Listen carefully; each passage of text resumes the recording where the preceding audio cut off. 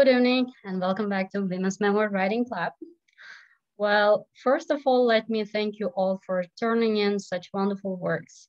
I can see that last week's topic really ignited your motivation to write, and I have received lots of good works. Although there were some organizational and theoretical problems, generally the concepts were well defined and you really dealt with strong issues and very good memoirs are emerging. Keep working on that, and I really hope that next week um, I will visit your blogs and see edited, well-written memoirs ready to be published on wix.com and ready to be shared with the general public.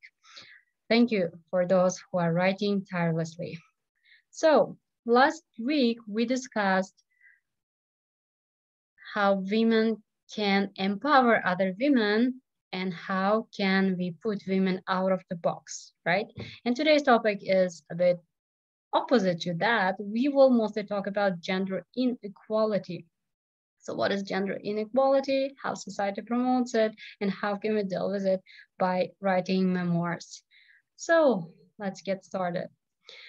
Well, we have introduced the concepts of child-free birth control and family planning. And some of you suggested and shared your own experiences of these terms.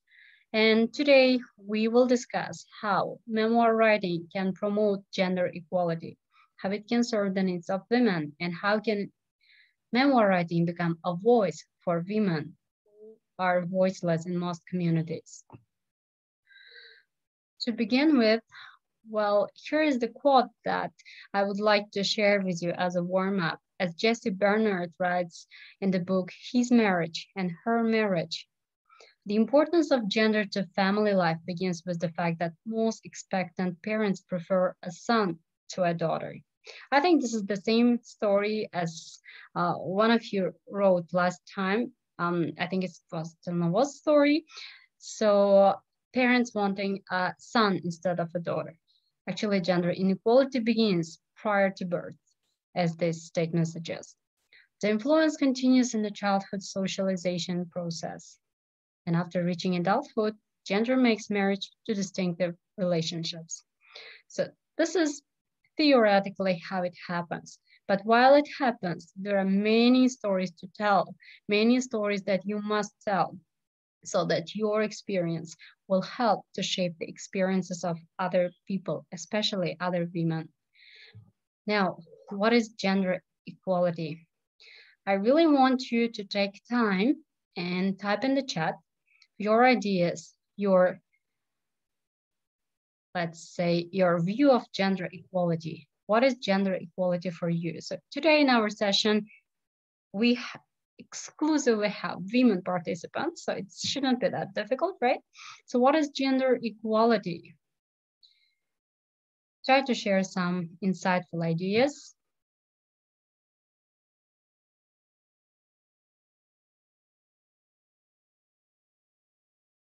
Okay.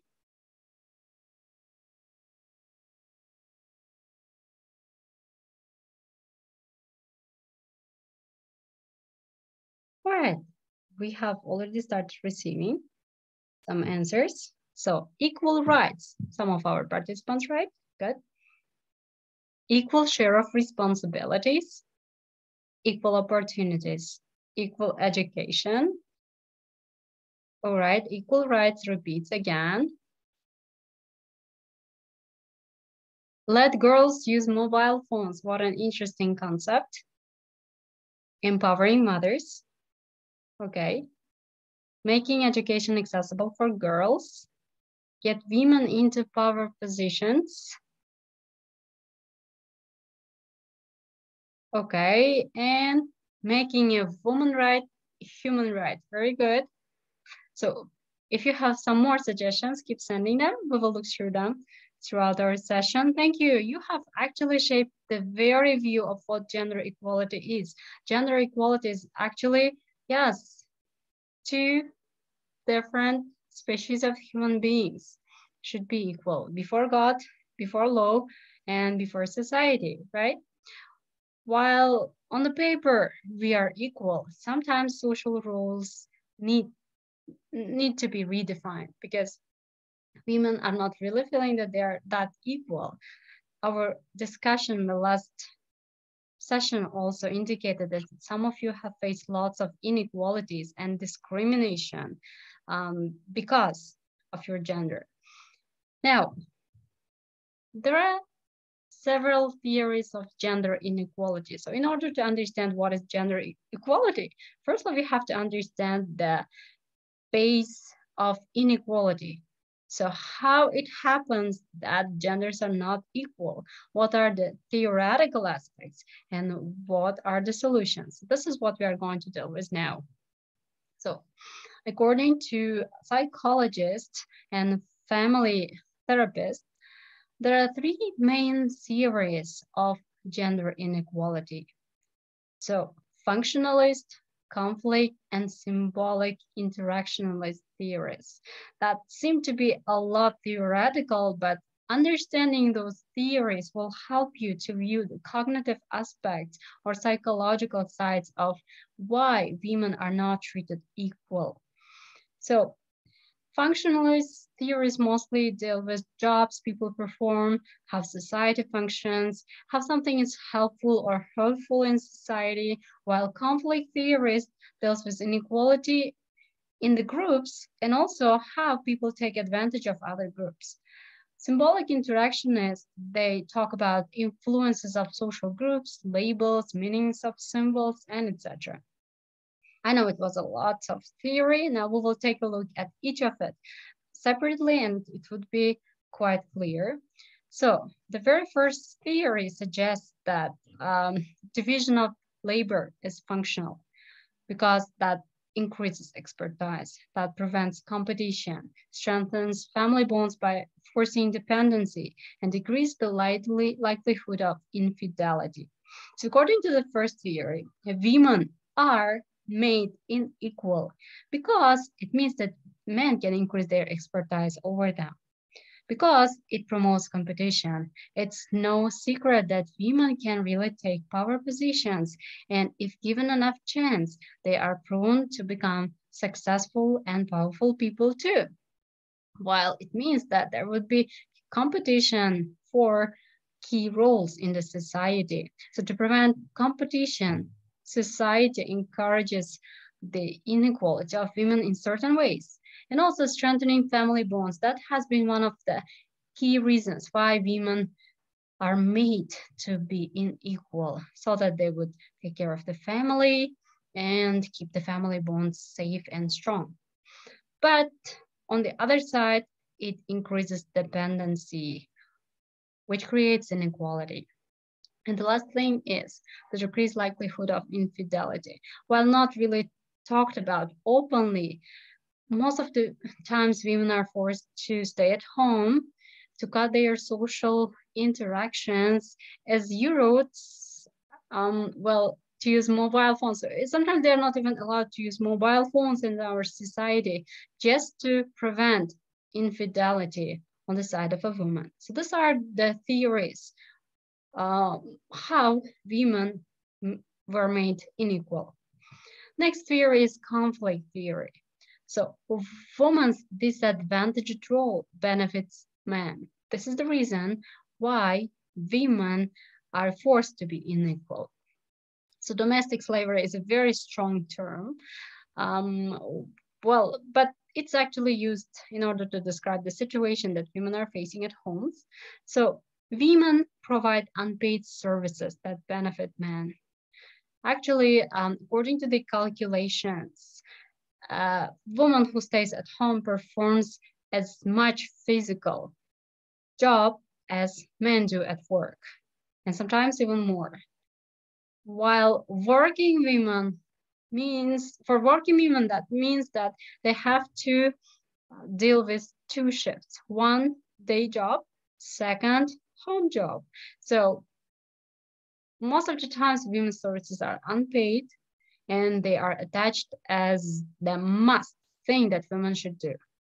While not all men take care of their families financially, right, provide resources, but women have to take care of household chores and provide services. So that's how conflict theory describes the inequality between men and women. The last theory, symbolic interactionism. So here, socialization creates gender inequality. So women are socialized into expressive roles. So from the nature, we are more nurturing, supportive, caring. So it mostly makes us teachers, nurses, mothers, especially, while men socialize into instrumental roles, task-oriented roles, problem solvers, achievers, builders, constructivists, and etc.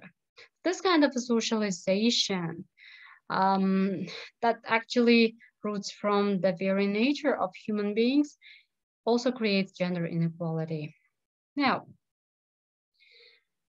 there are a number of issues that gender inequality creates for women. They are reproductive rights violation. That means that women are not really taking control of their reproductive rights. Second, undesired number of children. Sometimes women are forced into bearing lots of children that wouldn't benefit their health, their financial situation, and that they are not able to take care of on psychological level.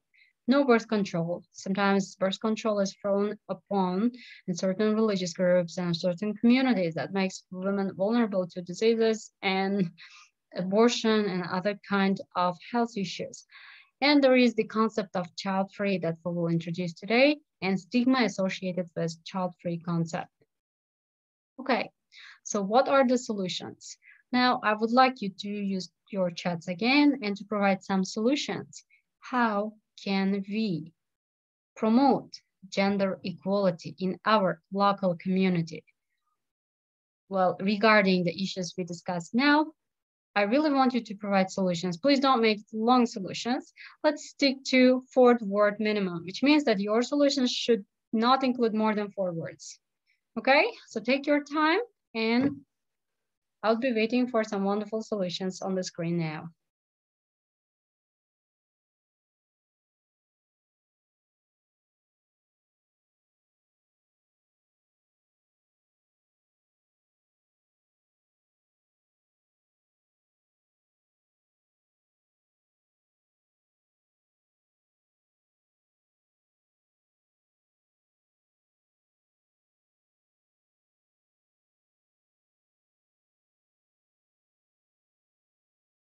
Okay, we have started receiving some messages. Write memoirs, exactly.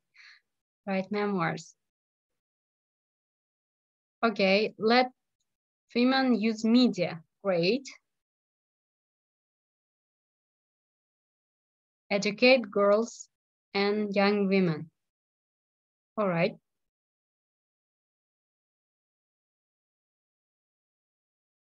Distribute household works, household chores. All right.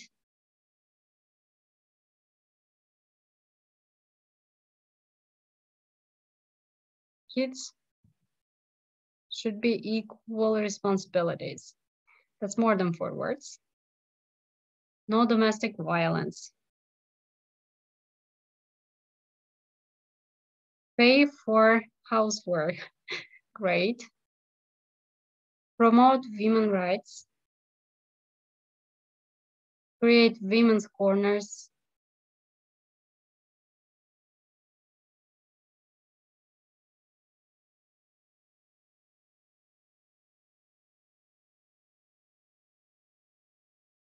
All right, so probably those are the basic ideas that you have been suggesting today. So while your solutions really make sense, in the first place, probably the most important one is to promote financial independence. Because if you don't own your pink slip, it means if you cannot pay for your immediate needs, then you cannot be equal. You cannot be free. So somehow paying for housework makes sense now, right? Right, so there are certain warning signs at home that you may consider. That is the first step towards inequality. First thing is extreme jealousy. Well, if you experience extreme jealousy in your family, in your life, by your partner, it means that this is the means for controlling. Controlling is the way of limiting equality and independence. Constant put downs. If you are constantly cut off, if your views are not made important, then it means that you are treated unequal. Financial control. While you earn your own pink slip or not, if you're financially controlled, then you are treated unequally. Possessiveness or controlling behavior. So if you are treated in a controlled manner and you feel that you are being possessed by other person, then that's probably a means of inequality again. Making false accusations that usually happens in everyday life while women receive lots of false accusations, especially if they use phone, if they go out, if they put makeup on, and etc. Next, isolation from family and friends. There is a huge view in our community says that married women, they should kind of cut ties with their own family. So married means they visit their mother and father only once in a month, and sometimes once at holidays. So it's 4 or 5 times a year in total. So they are isolated from their families and especially from their friends that they had prior to marriage. So history of abusive behavior. If abusive behavior repeats at least 3 times, it means that it will happen 4th time for sure. So history tells lessons. It means that if the person has a history of abusive behavior, more likely that that person is going to repeat that behavior. Big mood swings that happens at home, usually ways of controlling women's independence. An explosive temper, belief that abuse is acceptable in a relationship. These are all the warning signs of male-dominated society that are used in order to control women or to limit their independence. So these are some of the ways how inequality is created in families and in our communities, in society. So how should we deal with it? While your solutions were very useful, the very first thing is you have to really be aware of the cycle of abuse. So is that abuse or it's just inequality, it's just treatment, whatever it is, you have to really be able to analyze the situation first. So when you write about your own, let's say, experience of inequality or experience of equality that your friend had or someone from your close people. So whatever you do, first of all, analyze the situation. So was it caused by, let's say, financial dependency? Was it caused by, let's say, unequal treatment or by male-dominated society? So try to reach to the roots. So what was really the reason behind it? So now, our assignment for the next time is going to be sharing an experience of inequality. Well, you're a woman, and even if you are empowered and independent women, as most of you are, I am sure that at some point in your lives, even in very small situations, you have been treated unequally to men. There was a situation, most likely all of you have experienced that your, let's say, voice was not made the central one for speaking up for the decisions that regards your life because of your gender. That shouldn't be a really big thing, but that can be an experience in the small things as well. Just like you could have been rejected for a job just because you were a woman. And one of our participants discussed in the previous session that she was, let's say, she wasn't offered a job on the basis that she might give a birth and then stop working. So this kind of things happen a lot in our lives. Now, when you write a memoir this time, you are going to write about a true experience. That doesn't have to be your own experience necessarily. You have to reflect on the experience of other people that you know, but it shouldn't necessarily come from your society, your community, and should be a true experience. What you are going to do is you are going to include analysis and sociological concepts this time. So it's going to be a little bit of hard work. What you are going to do is you will try to give examples in the form of a flashbacks, in the form of dialogue, but you are going to give examples of how women are treated unequally. Then you can write based on your own experience, something you watched on the news, or something that you have read in the history. So you have to come with not general, let's say, idea. That shouldn't be about a big thing like, let's say, women not being able to vote until the 19th century or something like that. No, it should be a very small event from your life, a very small event that shaped your life. So what can be the central idea for this? That's totally up to you to define. I really want you to share the experience of you feel the situation that you felt unequal to men. What were the uh, circumstances? So what was the setting? Who participated in the situation? And what or who made you feel unequal? And how it affected you? And how it drove you to become the person that you are now? So we are going to share our experience of feeling unequal on the gender base. That's going to be a base for the next memoir. Well, don't think that gender inequality is only the problem that our community is dealing with. It's a problem even in the developed countries, and most of the world women still fight for their rights. And there is a very good source that you might use as a tool for motivation and for research. So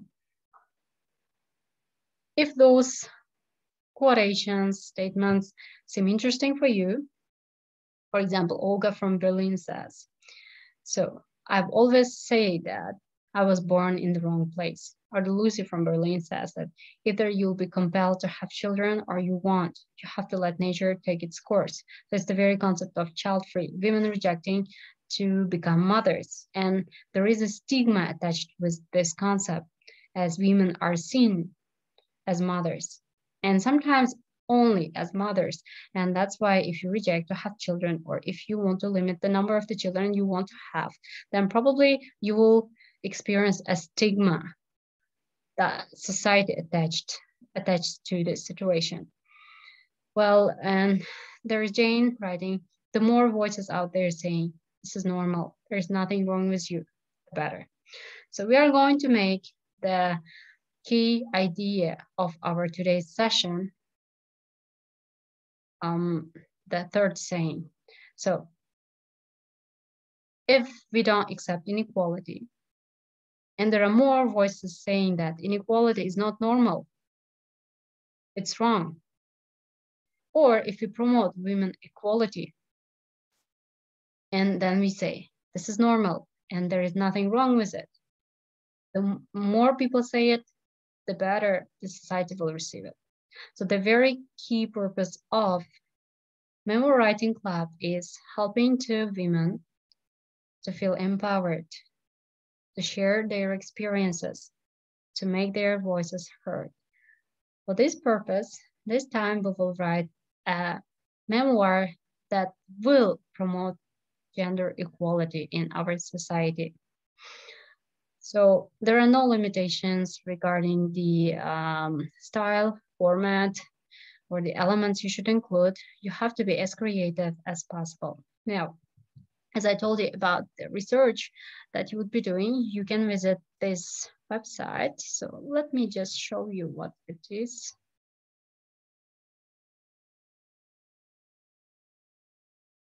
Okay, if you visit wearechildfree.com, you will receive lots of good resources on what child-free is and how those women are feeling. So why we are discussing it here is, if you're not really trying to force any idea upon you, but the key thing is women should be the masters of their own destiny. They have to make decisions for themselves. Whatever they choose to have lots of children, a number of children, or no children at all. If they choose to marry or not to marry at all, whatever they choose, that should be their own decisions. And what we're going to do here is we're going to promote this very same idea by our experiences that shaped our own lives. So if you visit herchildfree.com, here you will find lots of stories, most of them in the memoir format, that different women all over the world shared their idea of how they chose to become the masters of their own destiny. The good news is that if you have a story to share on this topic, you can even share your story right here, which will receive immediate readers.